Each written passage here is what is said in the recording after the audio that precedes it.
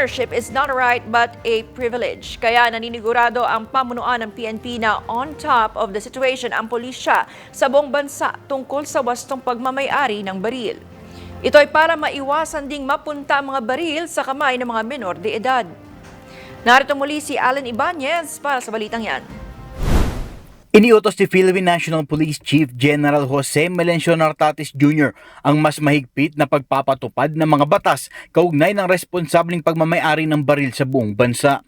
Ayon kay Nartates, inatasan niya na ang lahat ng unit ng PNP na paigtingin ang pagpapatupad ng mga batas sa legal na pagmamay-ari ng baril, palakasin ang mga inspeksyon sa mga lisensyadong may-ari ng baril kapag pinahintulutan ng batas, at ipagpatuloy ang mga operasyon laban sa mga illegal at loose firearms. Bilang karagdagang hakbang, makikipag-ugnayan din ang PNP sa mga paaralan at mga local government unit upang matiyak na hindi mapupunta sa kamay ng mga menor de edad ang mga baril.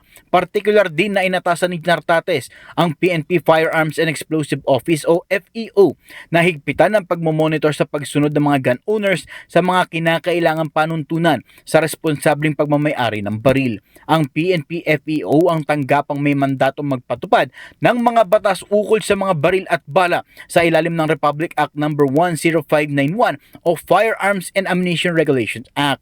Binigyan din ang PNP Chief na isang pribilehiyo ang pagmamay-ari ng baril na may kaalinsabay na malaking pananagutan sa batas. Mula sa Kampo Krame, ako si Alin Ibanez Nagulat para sa DATV News.